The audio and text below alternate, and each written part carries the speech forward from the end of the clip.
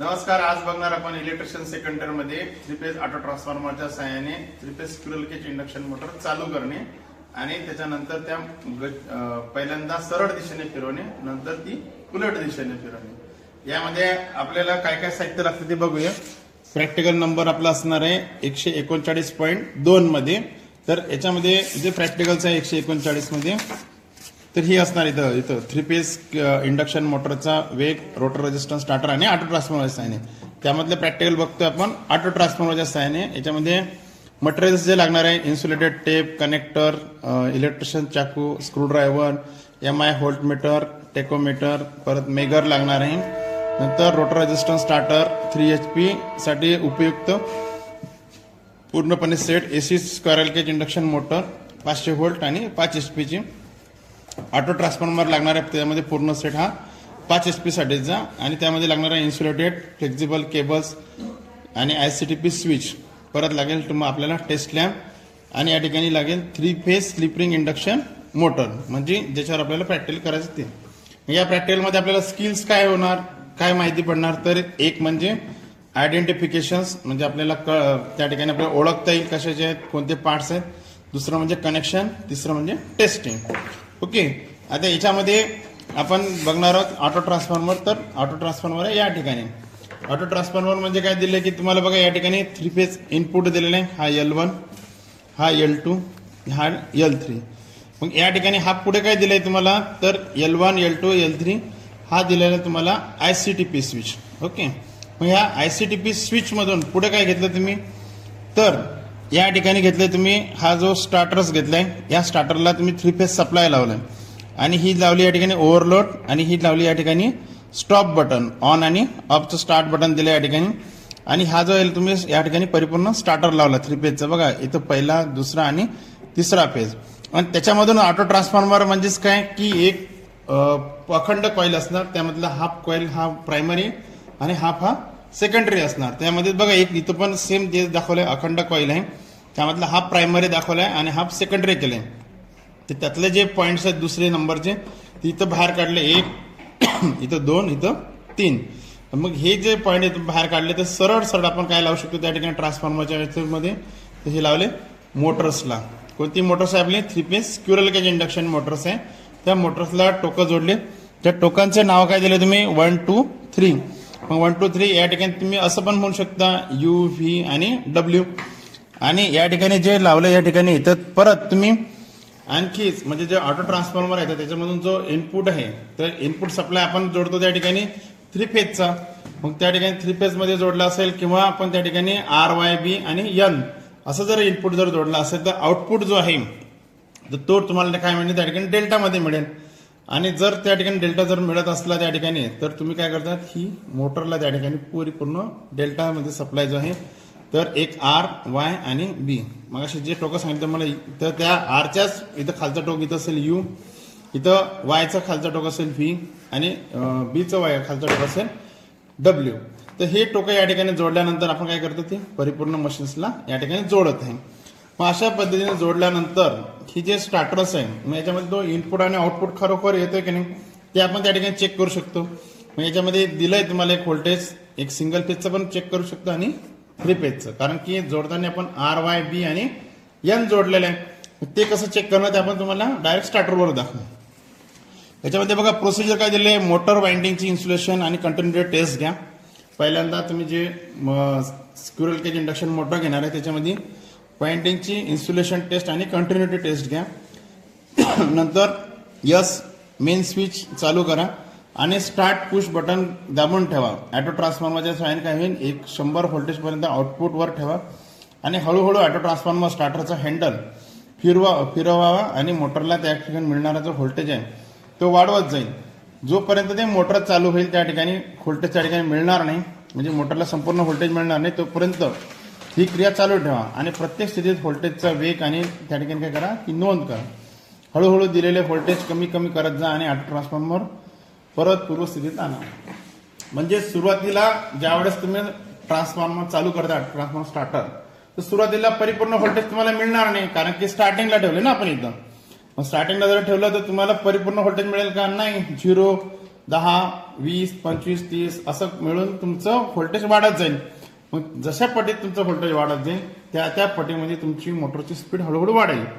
आणि नंतर ज्यावेळेस ऑफ करायची कंडिशन येईल तर हाय स्पीड मधून ती काय होईल, मोटर लो स्पीडला येईल. तर ती या ठिकाणी इथं काय करा तुम्ही, लाईन करंट आणि आरपीएम या ठिकाणी तुम्ही लाईन व्होल्टेज आणि आरपीएम या ठिकाणी नोट करा. अशा पद्धतीने काय केलं, प्रत्येक स्थितीमध्ये वेग मोजत जा आणि त्या ठिकाणी याची नोंद करा. स्टॉप बटन दाबून ती परिपूर्ण त्या ठिकाणी या ठिकाणी परिपूर्ण स्विच बंद करा. दिलेलं प्रॅक्टिकल आणि निष्कर्ष काढल्यानंतर काय होईल, तुम्हाला ही परिपूर्ण प्रॅक्टिकल कम्प्लीट होईल. आता हे नेमकं कसं करायचं, तर त्याच्यासाठी आपण आता ऍक्च्युअल प्रॅक्टिकलला जाऊ. तर याच्या ऍक्च्युअल प्रॅक्टिकलला पहिल्यांदा आपण सिंगल फेज समजून घेऊ. हे बघा या ठिकाणी दिलेलं आहे, ही सिंगल फेज ऑटो ट्रान्सफॉर्मर. मग आता या ठिकाणी सिंगल फेज ट्रान्सफॉर्मर जो दिलेला आहे, तर याच्यामध्ये बघा काय दिलेलं सप्लाय, तुम्हाला इनपुट दिलेलं आहे. इनपुटमध्ये दिलेलं आहे एक फेज, एक न्यूट्रल आणि एक अर्थ. फेज, न्यूट्रल आणि अर्थ दिलेलं, याला मेन इनपुट सप्लाय दिला. मग इनपुट दिल्यानंतर याच्यामध्ये काय दिलेलं आहे, एक कॉइल्स दिलेली आहे. ऑटो ट्रान्सफॉर्मरला काय असतं, एक स्टार्टिंग अखंड कॉईल असतं, त्यामध्ये काही भाग हा स्टार्टिंगचा करतो, काही भाग हा सेकंडरीचा करतो. म्हणजे याच्यामध्ये प्रायमरी वाइंडिंग आणि सेकंडरी वाइंडिंग असतं. आणि त्याच्यामध्ये जो याला प्रायमरी दिला त्याच्याच बाजूला तुम्ही सेकंडरी करणार. तर जो आउटपुट व्होल्टेज इथं येईल तो तुम्ही या ठिकाणी नोट करू शकता. या ठिकाणी नोट करण्यासाठी आपण मल्टीमीटरचा उपयोग करू. मल्टीमीटरचा जो उपयोग आहे बघा, या ठिकाणी पहिल्यांदा स्टार्टिंग मेन जो फेज आहे तुम्हाला, फेज न्यूट्रल जे आपल्याकडून MSCB कडून मिळतंय ते आपण या ठिकाणी चेक करू.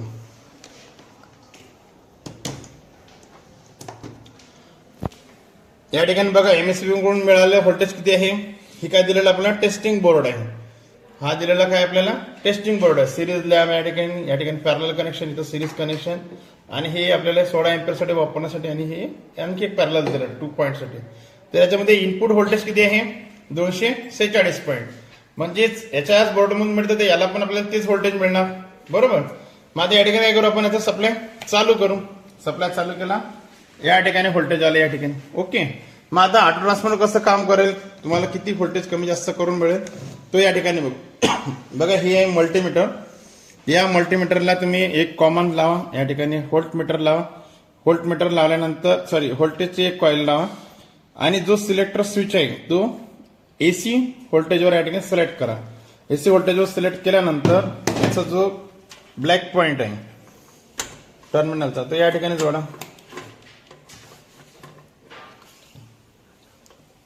आणि हा फेज हा या ठिकाणी जोडा. ठीक आहे. मग आता याच्यातलं जे मिळणारं आउटपुट व्होल्टेज आहे ते बघा, आता सध्या एकदम लास्ट केलेलं आहे ना. आता बघा इथं स्टार्टिंग घेतलं आपण. स्टार्टिंग किती घेतलं बघा, 1.26 म्हणजे 1 व्होल्टेज आहे यामध्ये. आणि व्होल्टेज या ठिकाणी जसं आता बघा वाढवत जाईल मी.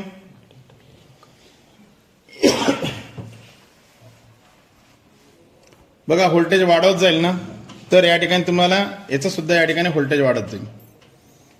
ओके. आता बघा इथं दिलेलं आहे 1 पॉईंट. तर हळूहळू मी काय करतो, याची रेंज वाढवते. हळूहळू रेंज वाढवली की इकडे पण तुमचं व्होल्टेज वाढेल. बघा आता इथं काय झालंय, 24 व्होल्ट, 25 व्होल्ट येईल पुढं, 26, 27, 28. परत काय झालं तुमचं 62 व्होल्ट झाले. ठीक आहे, 62 झाले. परत काय येईल त्या ठिकाणी 67 किंवा पुढे 90, 92, 110 पर्यंत आले. बघा हे जे रेंज आहेत, रेंज इथं बघा हे रेंज दिलेले तुम्हाला 0, 20, 40, 60, 100 पर्यंत, 270 पर्यंत याची रेंज दिलेली आहे. हे जसजशी आपण पुढे सरकत जाईल ना तसं या ठिकाणी व्होल्टेज मिळेल.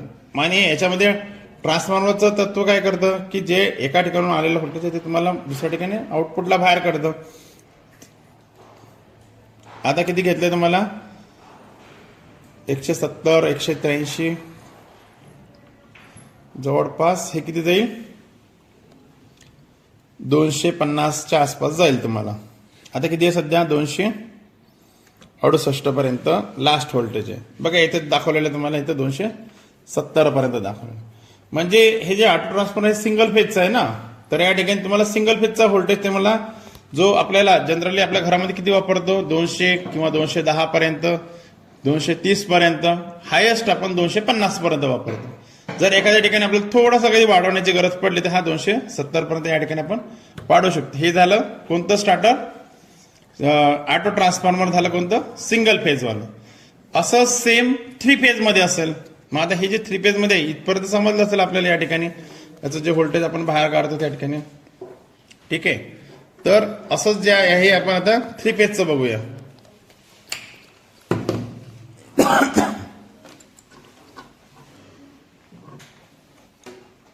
आपण जसं सिंगल फेज बघितलं तसं 3 फेजचं बघतोय.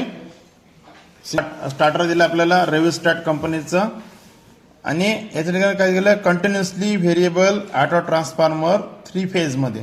म्हणजे यामध्ये तुम्ही काय करू शकता, 3 फेजचा हा या ठिकाणी व्हेरिएबल करू शकता. मॅक्सिमम किलो व्होल्ट अँपियर किती दिलंय तुम्हाला, 0.4.884.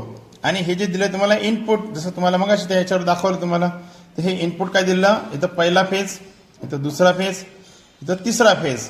ओके, मग आता याच्यातलं जो आउटपुट आहे बघा, इकडनं दिलं तुम्हाला प्रायमरी, बघा 2 रेषा दिलेल्या आहेत, हे आणि हे, हा प्रायमरी, हा आणि हा. आता याच्याच बाजूला दुसरी कॉईल लावली, तिथं काय दिलं तुम्हाला, या ठिकाणी ही दुसरी कॉईल लावली ना इथं आपण.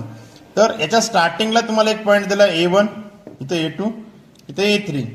आणि याच्या एंडिंगला पॉईंट काय दिला, इथं A1, इथं C1, इथं A2, C2, इथं A3, C3.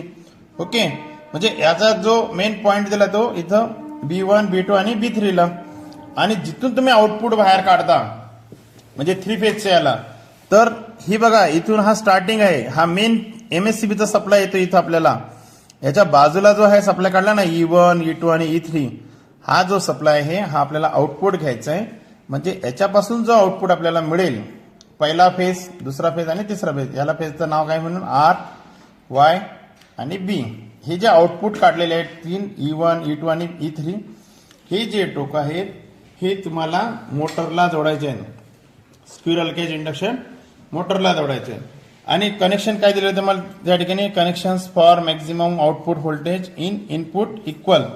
त्या ठिकाणी इनपुट काय दिलेलं आहे, AT, A1, A2, A3, 415 voltage. म्हणजे A1, A2, A3, 1, 2, 3. Input voltage किती आहे, 415. ओके, हर्ट्स म्हणजे फ्रिक्वेन्सीमध्ये किती येणार त्या ठिकाणी, 50. आणि व्होल्टेज किती यायचं, 3 फेजचं आहे. मग आता आउटपुट, जर समजा तुम्हाला आउटपुट काढायचं आहे तर कोणतं दिलं, E1, E2 आणि E3, 1, 2 आणि 3. आउटपुट जेवढं इनपुट घेतलं तेवढं तुम्हाला आउटपुट पण येईल, म्हणून या ठिकाणी. आता connection for maximum output voltage higher than input. मग तुम्ही जास्तीत जास्त आउटपुट किती घेऊ शकता, जसं A1, B1, B3 है ना. तर सॉरी B1, B2 आणि B3 हे दिलं, B1, B2 आणि B3. तर त्याच्यातून किती बाहेर काढू शकता तुम्ही, जास्तीत जास्त 470. किती इनपुट किती दिला, 415. आउटपुट जास्तीत जास्त किती, 470 व्होल्टेज. ओके, तर या ठिकाणी आउटपुट करंट किती आहे, 6 अँपियर. आणि हा या ठिकाणी नेचर ऑफ कुलिंग दिलेला आहे. तर हा कोणता दिलाय तुम्हाला, काय म्हटलं, हा AN म्हणजे कोणता आहे, एअर कूल्ड. हा या ठिकाणी काय दिलं, कुलिंगचं कोणतं दिलं तुम्हाला, एअर कूल्ड या ठिकाणी दिलंय. म्हणजे बाहेरून कुठे तुम्ही फॅन लावलेला नाही, नॅचरल कुलिंग त्या ठिकाणी दिलं, त्या ठिकाणी नॅचरल एअर कुलिंग. आणि हे मॅन्युफॅक्चर तुम्हाला दिलंय कंपनीचं. प्लेट आहे,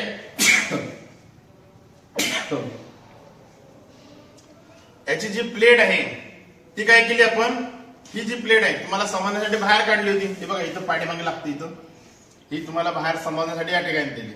त्याचे जे कनेक्शन्स आहेत कोणते, E1, E2 आणि E3 इथं जोडले, 1, 1, 2 आणि 3. त्याचा जो इनपुट आहे B1, B2 आणि B3 हा दिला इथं, 1, 2, 3. आणि याच्यातला जो पॉइंट तुम्ही काय केलंय, शॉर्ट केलंय, शॉर्ट, C1, C2 आणि C3. यातले जे हे कनेक्शन्स आहेत A1, A2 आणि A3. ओके, यामध्ये पहिले बघा 1, 2 आणि 3 काय लावलं तुम्हाला या ठिकाणी, डिमर्स लावले. ओके, कॉइल्स लावले तुमच्या डिमर्स. आता याच्यातले जे कनेक्शन्स आहेत मेन तुम्हाला समजून सांगतो, A1, A2 आणि A3. तर हा जो इनपुट कनेक्शन्स आहेत, इनपुटमध्ये तुमचे जे पॉइंट जोडलेत, हा B1, B2 आणि B3 हा लावला 3 फेज. ओके, इथे लावलं तुम्ही 3 फेज. आणि जो तुम्ही काय करता या ठिकाणी शॉर्ट केले ना तुम्ही, कोणतं C1, C2 आणि C3, तर जो न्यूट्रल पॉइंट दिला या ठिकाणी. ओके, म्हणजे काय झालं आर वाय बी आणि एन. आता जो आउटपुट तुम्हाला घ्यायचा आहे E1 E2 आणि E3 तो लावला E1 E2 आणि E3. मग हे कुठे येईल मशीनला 1 2 आणि 3 हे मशीनला कुठे आउटपुटला येईल. म्हणजे हे बघा या ठिकाणी हे कॉइल्स दाखवले तुम्हाला वायर दाखवले हे मशीनचं इनपुट कनेक्शन्स आहे या ठिकाणी आर वाय आणि बी दिलेलं. हे जे इकडचे जे कनेक्शन्स आहेत हे दिलेलं आहे MSCBचं आर इथं येईन वाय इथं येईन हा बी आणि हा येईन या ठिकाणी न्यूट्रल. म्हणजे हा या ठिकाणी 3 फेज एक न्यूट्रल म्हणजे 4 वायर सिस्टम मधलं या ठिकाणी. जसं मगाशी तुम्हाला सिंगल फेज मधलं दाखवलं होतं तर सेम त्याच पद्धतीनं जसं तिथं काय असं सिंगल फेज मध्ये हे एक दिलेलं असेल तुम्हाला या ठिकाणी असं तर आता याच्यामध्ये आणखी 3 फेज जर म्हटलं तर आणखी 2 वाढवले हा दुसरा आणि हा या ठिकाणी तिसरा. तर हा जो पॉइंट आहे मेन दिलेला तुम्हाला हा तुम्हाला या ठिकाणी चालू आणि बंद करण्यासाठी म्हणजे झिरो पासून ते 100 पर्यंत म्हणजे तुमची जी स्पीड आहे ती याच्यावर तुमची कंट्रोल होईल. म्हणजे जो इनपुट व्होल्टेज किती देतो तुम्हाला आपण 415 व्होल्टेज तर आउटपुट सुद्धा आपल्याला 415 मिळेल. हायेस्ट किती जाईल तुमचा 470 पर्यंत जाईल. तर कसं होईल त्या ठिकाणी आता आतमध्ये बघा इथून झालं कनेक्शन या जरा आतमध्ये कुठे दिलेल्या कॉइल्स मध्ये हे बघा हा झालेला आहे E1 हे जे दुसरं दिलेलं आहे कनेक्शन बघा हा दुसरा जे कॉइल आहे ना इथला हे बघा ही कॉइल इथून जी आली इथं दुसऱ्याला आणि ही जी तिसरी आहे आली सरळ याला. ओके आणि जो आर वाय बी आहे हा बघा आर दिला आहे तो हा आर मेन याला दिला. हा दुसरा जो आहे दुसरा इथं तिसरा जो दिलेला आहे तिसरा या ठिकाणी. ओके आता जो याच्यातला जो न्यूट्रल पॉइंट आहे ना तो ते न्यूट्रल पॉइंट बघा इथं सरळ वायर दिसते एक वरचा पॉइंट इथं दुसरा इथं हा तिसरा पॉइंट एक परिपूर्ण शॉर्ट केलेला आहे. हे बघा इथं पांढऱ्या कलरची थोडी हे दिसतं आपल्याला स्लीव टाकलेली. तर हा न्यूट्रल पॉइंट या ठिकाणी आलेली आणि याला काय होईल इथून 3 फेज इनपुट मिळेल आणि एक न्यूट्रल मिळेल तुम्हाला आणि आउटपुटला हा 3 फेज मिळेल E1 E2 आणि E3. याला आपण मगाशी एक नाव पण सांगितलं तुम्हाला कोणतं U V आणि W.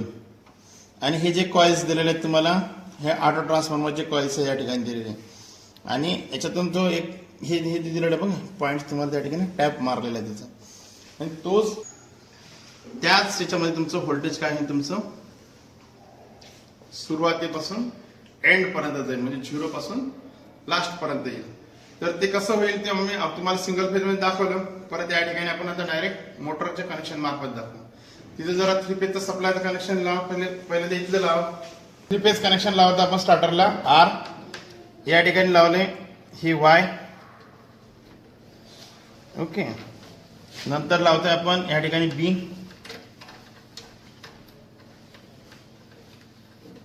नंतर लावतोय आपण या ठिकाणी न्यूट्रल. ओके हे झालं मेन इनपुटचं.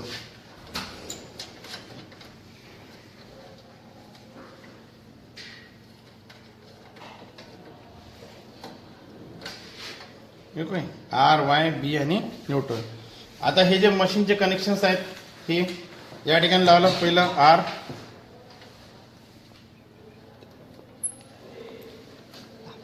इथं लावलं तुम्ही वाय इथं लावलं तुमचं बी. ठीक आहे एकदा मशीन्स बघून घ्या. हे आहे 3 phase squirrel cage induction motor. Okay याचे जे कनेक्शन्स आहेत याच्यात बघा हे स्क्विरल केज इंडक्शन मोटर आहेत ना तर त्या ठिकाणी काय केलं आपण समोर पुली लावली या ठिकाणी पाठीमागे याचं कॅप जी आहे ती ओपन केली एवढ्यासाठी केली की तुम्हाला ही जी कॅप आहे याच्यात ओपन केली म्हणजे तुम्हाला या ठिकाणी आरपीएम कमी किंवा जास्त किती होते ते आपल्याला दाखवायसाठी. याची रेंज काय मोटरची तर बघून घ्या. या ठिकाणी HP थोडं ड्रॅश केलं इथे जवळपास 5 HP पर्यंत मोटर आहे. Ampere 6 voltage 440 RPM 1440 phase 3. Okay अशी ही मोटर आहे या ठिकाणी आणि याचं जे कनेक्शन्स आहे ते 3 मध्ये दिलेले आहे आपल्याला. इथं RYB बघितलं RYB असं कनेक्शन दिलेलं आहे आणि हे या ठिकाणी आपण ऑटो ट्रान्सफॉर्मर स्टार्टरला आपण या ठिकाणी जोडलंय. ऑटो ट्रान्सफॉर्मरला जोडल्यानंतर आता या ठिकाणी 3 फेज इनपुट घेतोय. फेज इनपुट घेतोय आपण त्या ठिकाणी MCB पॉइंट मध्ये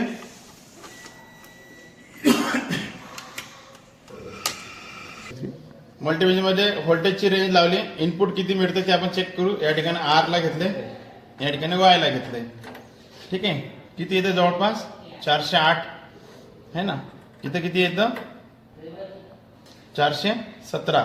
ओके, म्हणजे आर आणि वाय मध्ये 408 आहे, इथं 417 आहे. ओके, परत वाय आणि बी मध्ये बघू 420 पर्यंत आहे. ठीक आहे, आता याच्यामध्ये न्यूट्रल पण जोडलंय ना तुम्ही. त्या ठिकाणी एक फेज, इथे एक न्यूट्रल मध्ये जोडा. किती आहे 233. परत वाय फेज घ्या 238.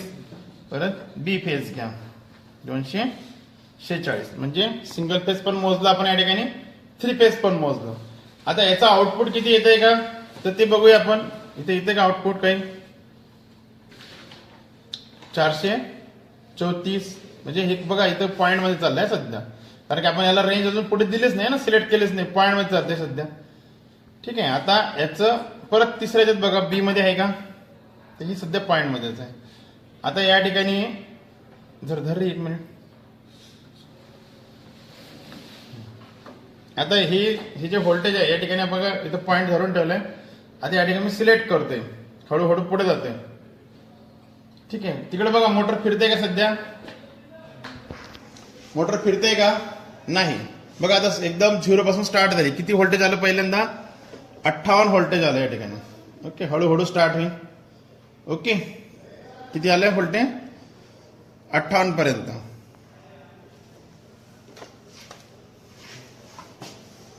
आरपीएम मोज जरा किती आहे सध्या. मी हळूहळू कमी करतो, स्टार्टिंग पासून. किती आहे व्होल्टेज 50-53 पर्यंत आहे. किती आहे रे आरपीएम 230 आरपीएम, 270 आरपीएम. ठीक आहे, परत हळूहळू वाढवते. बघा व्होल्टेज तुमचं हळूहळू वाढाल त्या ठिकाणी 200 आरपीएम, 250 आरपीएम, 300 आरपीएम पर्यंत जाईल. ओके, आता व्होल्टेज सध्या कंडिशनला किती आहे 101 व्होल्टेज आहे. हळूहळू व्होल्टेज वाढवतोय मी, हळूहळू व्होल्टेज वाढवतोय. आता किती व्होल्टेज आहे बघा, आणि त्याच टाइमला आरपीएम पण बघा.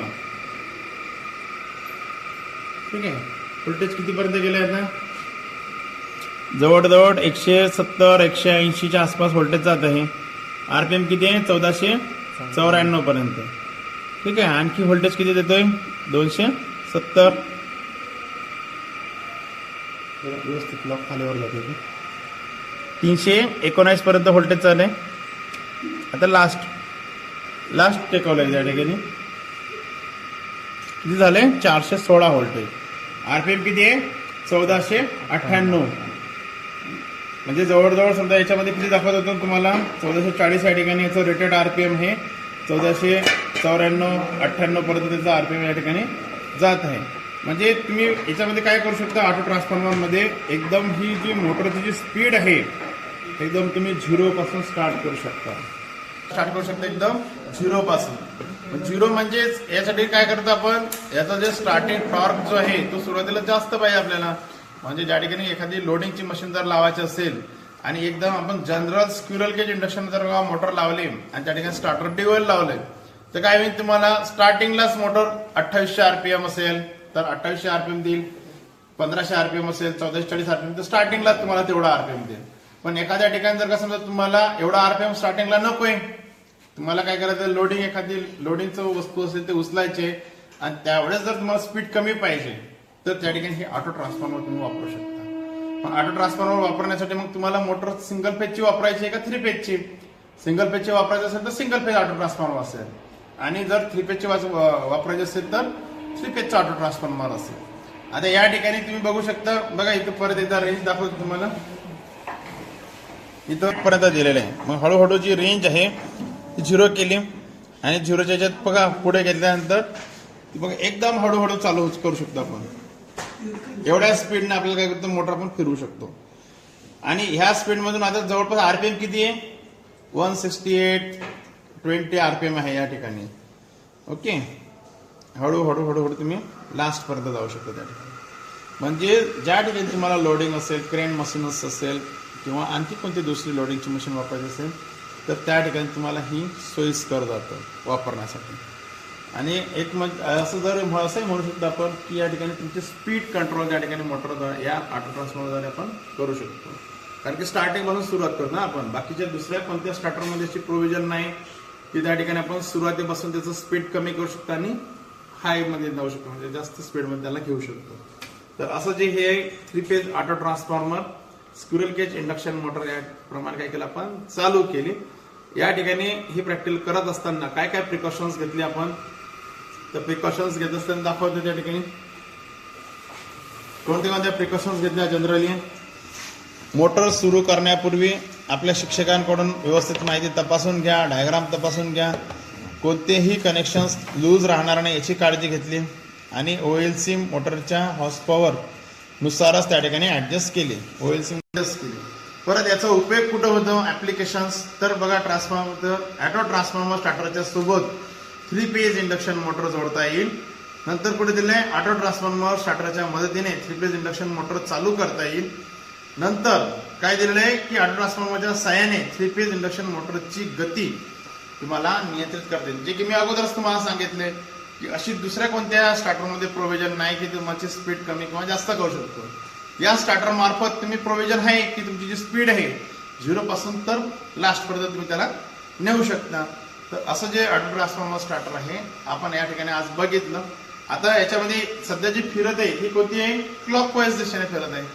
जर का समजा तुम्हाला अँटी क्लॉकवाईज फिरवायचं असेल तर काय करायचं, तर जो इनपुट जो दिलेला फेज आहे ना इथं RYB आणि न्यूट्रल, तर यापैकी एक फेज बदली करा. बघा आता सुरुवातीला ते पण करून दाखवत तुम्हाला, दाखवा इकडं.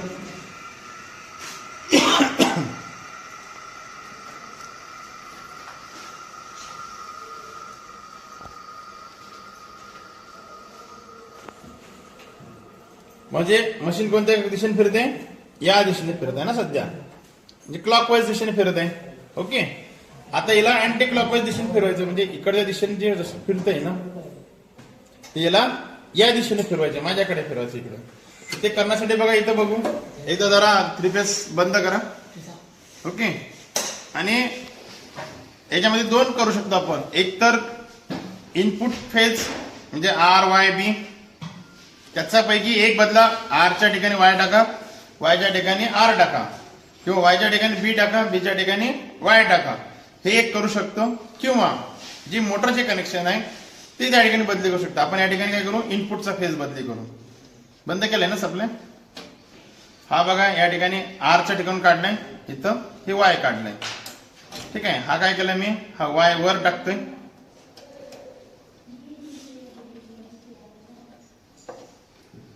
आणि या ठिकाणी काय करतोय, हा Y च्या ठिकाणी परत मी R टाकतोय. ठीक आहे. ओके, आता सप्लाय ऑन करा. बघा या ठिकाणी काय बदली केलं आपण, इथं R फेज होता इथं Y फेज टाकला, इथं Y फेज होता इथं R फेज टाकलाय. मग अशी मशीन कशा दिशेने फिरत होती, क्लॉकवाईज अशा दिशेने फिरत होती आहे ना, म्हणजे हे या साईडला फिरत होतं. आता बघा चालू करतोय मी.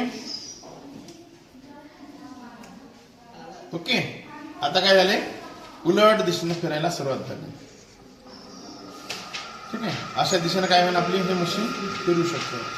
म्हणजे कोणती 3 phase squirrel cage induction motor ही उलट गतीने फिरू शकते. नेमकं काय कारण आहे असं उलट फिरण्याचं, तर त्या ठिकाणी आपण फेज सिक्वेन्स हा काय केला, बदल केला. फेज सिक्वेन्स म्हणजे जिथं RY आणि B हा होता त्यापैकी एक बदलला, म्हणजे R चा Y ठिकाणी, Y चा B ठिकाणी. दुसरी प्रोव्हिजन काय करू शकतो, B च्या ठिकाणी Y लावू शकतो आणि Y च्या ठिकाणी B लावू शकतो. पण हे करत असताना जे आपण पहिले बदली केलेलं आहे ते पहिले व्यवस्थित जागेवर आणायचं, R Y आणि B, नंतर बदली करायचं Y आणि B मध्ये, B आणि R मध्ये. परत आणखी बदली करायचं असलं तर वरचा R आणि B मध्ये बदली करायचं. सेम पूर्वगतीला पहिला आणा आणि नंतर बदली करा. अशा काय करू शकतो आपण, ऑटो ट्रान्सफॉर्मर स्टार्टरच्या द्वारे 3 फेज स्क्विरल केज इंडक्शन मोटरची करू शकतो. जोडणी केल्यानंतर क्लॉकवाईज दिशेने फिरू शकतो. क्लॉकवाईजच्या नंतर आपण सेकंड जे प्रॅक्टिकल आहे त्यामध्ये अँटी क्लॉकवाईज फिरू शकतो. जर का तुम्ही चॅनलवर नवीन असाल तर व्हिडिओला लाईक करा, सबस्क्राईब करा, आपल्या मित्रांपर्यंत नक्की पोहोचवा. आजचा व्हिडिओ कसा वाटला तर आपल्याला कमेंटमध्ये सांगा. धन्यवाद. विद्यार्थी मित्रांनो, तर कसा वाटला तुम्हाला आजचा व्हिडिओ? जर का माझे व्हिडिओ तुम्हाला महत्त्वपूर्ण जर वाटत असतील तर माझ्या चॅनलला लाईक अँड सबस्क्राईब करा, जेणेकरून तुम्हाला येणाऱ्या भविष्यातील व्हिडिओचं नोटिफिकेशन मिळेल आणि तुम्हाला अशाच पद्धतीने नवीन नवीन व्हिडिओज त्या ठिकाणी बनवता येईल.